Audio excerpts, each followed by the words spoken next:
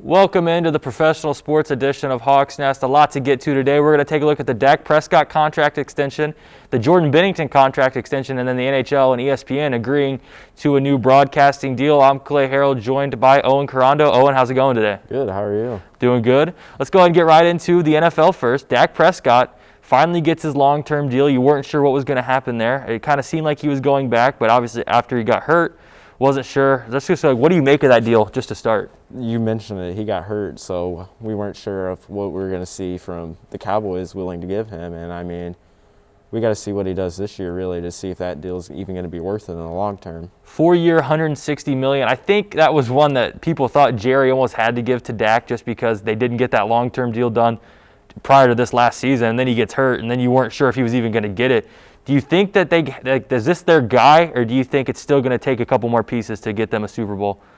I think it's still going to take them a couple more pieces on the defensive end of the ball. I mean, maybe some cornerback, secondary help, maybe D-line, but I mean, locking up Dak is definitely going to help.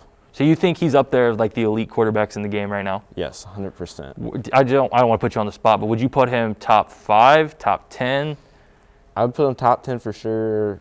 Maybe top 5. If he's top 5, he'd be 5, though. See, I think he's in that second tier where you maybe aren't going to be like, he's not the Tom Brady where he's going to, clearly he's not the Tom Brady, right, where he's going to lead you and he can win you a Super Bowl by himself. But with Zeke and CeeDee Lamb, I mean, I don't know. I think that's a team that, if as is, maybe, has enough offense to win, but they definitely, I don't think they have the defense to win it. And you know what they say, defense wins championships. Offensively, though, do you like where their offense is at? I love where their offense is at. I mean, you got a star receiver, star running back. Their line has been solid, really, really solid for the past, I don't even know how many years. And then you lock up Dak for 4 years. You're looking good for the next 4 years at least. They got something brewing in Jerry's world, I think. But let's go ahead to another contract extension. And this is the one that I think, if you're an NHL fan, you look at it and you're kind of a little confused. The Blues lock up Jordan Binnington to a 6-year, it's a $6 million AAV, so he's going to get $36 million over 6 years. I'm going to go to you on this one first. Do you like it? Is it something you think is risky, or are you fine with the Blues locking up their guy? I'm fine with the Blues locking up their guy. I mean, yes, he led them to their first cup back in 2018, 2019. He's kind of regressed the past few years just a little bit. But even with his regression, it's hard for him to even come out and play as close to he did as in the cup run. I would argue that he hasn't regressed. I think the team in front of him maybe hasn't played as well.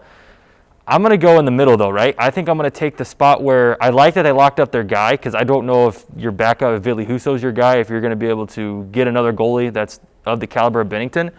But when you look at some goalie contracts around the league, man, it's risky. I mean, the Florida Panthers signed Bobrovsky to like a 7-year, $70 million deal, and that just hasn't worked out. I know there's some people that you see, they say they're not a fan of signing goalies to that long, because I think the goalie is just that position that it's so hard to hold up your level of play. And like you mentioned, Binnington, obviously his numbers haven't looked the same, and you could attribute that to the play in front of him, or however, you can attribute wherever you want. Right. But 6 years, man, that's a long time. Do you think he can keep up a pace of play that keeps the Blues as contenders for 6 years? I don't know if that's fair, but let's say 3 or 4.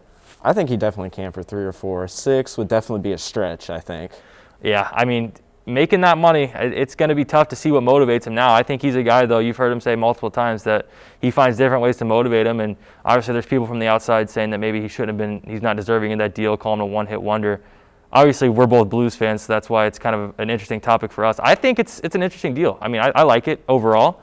Another interesting deal, keeping with the NHL, they just agreed to new terms with ESPN. So NHL and ESPN is back, I think, after like 17 or 18 years, which is huge.